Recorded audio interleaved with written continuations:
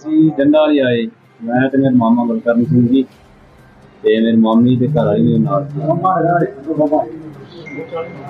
ਤੇ ਉੱਥੋਂ ਅੰਗਰੇਜ਼ ਸਿੰਘ ਹੈ, ਇੱਕ ਸਰਪੰਚ ਹੈ ਖੁਸ਼ੀ ਰਾਮ ਹੈ ਤੇ ਇੱਕ ਦਰਸ਼ਨ ਸਿੰਘ ਹੈ, ਤਿੰਨੇ ਇੱਕ ਸੌਦੀਆ ਭਾਰ।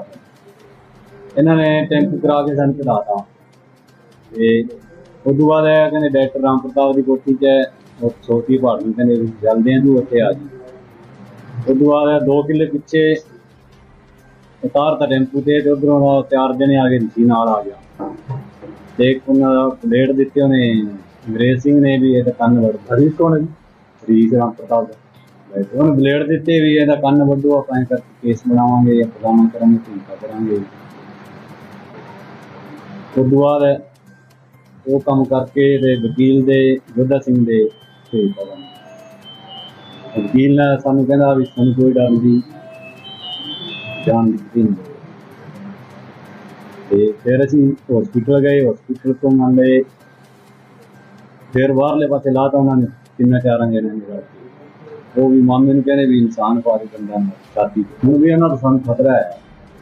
खतरा एक तो दर्शन सिंह है, एक खुशी राम है, एक का डायरेक्टर राम प्रताप मुंडा ऋषि, इन्हें 4 जने सन पूरा खतरा है जाने। बलकरण सिंह और मंगू सिंह एक और है तीसरा आदमी जो भी सेवक राही। इन 3 आदमियों को बग्गा सिंह के मार्फत जो कि मोरजंड का है, वो पहले राजेंद्र सिंह के कास्ट करके गए हुए, उन्होंने अपने विश्वास पर इन 3 आदमियों को वहां बटाई पर खेती के लिए छोड़ दिया। अब बटाई पर खेती के लिए जब छोड़ा तो इनको कुछ एडवांस पेमेंट भी। अब कुछ दिन ही बीते थे कि राजेंद्र सिंह सिद्धू जो कि इनका किसान है जिसकी ये खेती करते थे, उसकी वो पहले डॉक्टर राम प्रताप जी के साथ था पिछले दिनों लंबे समय चुनाव तक। अब उन्होंने क्या किया, श्री गणेश जी बंसल की सपोर्ट की इस विधानसभा चुनाव में। अंग्रेज सिंह अभी पीछे कोई कब्जा जमीन का हुआ था, झंडावाली में कत्ल भी हुआ था शायद, मीडिया को ध्यान में, तो उसमें अंग्रेज सिंह इन्वॉल्व था और ये राजेंद्र सिंह भी शायद उसके खिलाफ थे। इन्होंने आपसी रंजिश निकालने के लिए अंग्रेज सिंह ने इन आदमियों का इस्तेमाल किया। देखिए, मेरा परिवार एक राजनीतिक परिवार है और अगर कोई फरियादी या कोई पीड़ित व्यक्ति मेरे पास या मेरे घर में आएगा या मैं नहीं हूँ, मेरी एब्सेंस में डॉक्टर साहब राम प्रताप जी के पास, उनके एब्सेंस में और मेरे एब्सेंस में हरीश छोटा भाई मेरा यहाँ रहता है, उसके पास आएगा और वास्तव में पीड़ित है तो उसकी मदद करना हम लोगों का फर्ज भी है और हम लोगों का कर्तव्य है।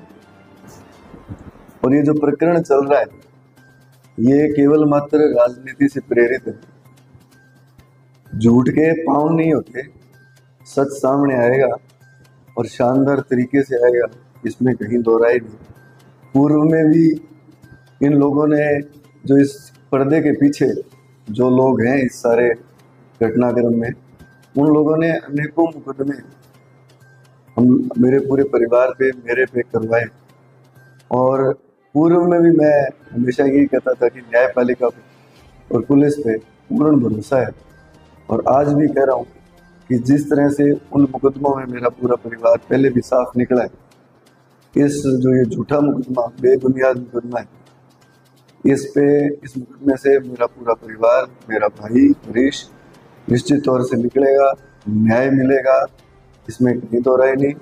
ना ही तो हम लोगों ने इस तरह की राजनीति पहले कभी की, ना ही आगे करेंगे। ये परिवार पीड़ित परिवार था। ये जिस दिन मैं जयपुर प्रदेश कार्यालय में मीटिंग वहाँ गया हुआ था और हरीश मेरा ब्रदर छोटा भाई यहीं था, तो ये पीड़ित परिवार आया और इन्होंने अपनी जो व्यथा बताई। उसके बाद में महिला थाने में इन्होंने मुकदमा कराया और उसके बाद में क्योंकि ये उस टाइम चोटिल थे, चोटग्रस्त थे, इसलिए हॉस्पिटल में रहे।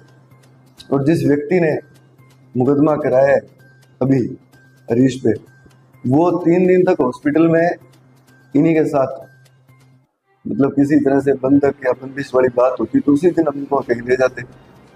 उसके बाद में माननीय न्यायालय में उस औरत के जो पीड़िता थी उसके बयान हुए और जहाँ तक मुझे जानकारी है, न्यायालय में तो उस पीड़िता को अकेले ले जाके उसके बयान हुए होंगे। अगर बंधक बनाने वाली बात होती तो वो कह सकते, वो मजिस्ट्रेट के सामने भी अपनी बात बता सकते थे। ये लोग कह रहे हैं कि 19 से लेकर आज तक हम लोगों ने उनको बंधक बना के रखा। तो उसके बाद तो कई बार वो सार्वजनिक स्थलों पर अकेले घूमते दिखे हैं, लोगों को भी पता है इस बारे में। उसके बाद में जब जो परिवादी था वो डीएसपी SC/ST की जांच से संतुष्ट नहीं था, उसके बाद में SP साहब के पास भी लोग गए हैं और SP साहब ने उस परिवार की जांच अपने स्तर पे अपने हिसाब से अपने सक्षम अधिकारी जो भी थे उनको उन्होंने दी भी है। एक तरफ तो ये कह रहे हैं 19 से लेके आज कल तक हम लोगों को कब्जे में रख रखा था, सबको हम लोगों को किडनैप कर रखा था। तो मैं आपके माध्यम से उन महानुभावों से मैं एक सवाल पूछता हूँ, क्योंकि वो बेचारे मासूम हैं, वो सिर्फ कठपुतली हैं कुछ एक लोगों की। मैं उन लोगों से जो पर्दे के पीछे इस गेम को, इस व्यवस्था को चलाने की कोशिश कर रहे हैं, उनसे एक सवाल पूछूंगा कि अगर 20 तारीख से लेके कल तक वो मेरे पास किडनैप किए हुए थे तो वो मजिस्ट्रेट के सामने बयान कैसे दे के आए, वो माननीय SP साहब के पास कैसे गए, और अगर मैंने उनको किडनैप भी कर रखा था, अपने पास उनको रख रखा था, तो फिर उनको मैं भागने कैसे देता।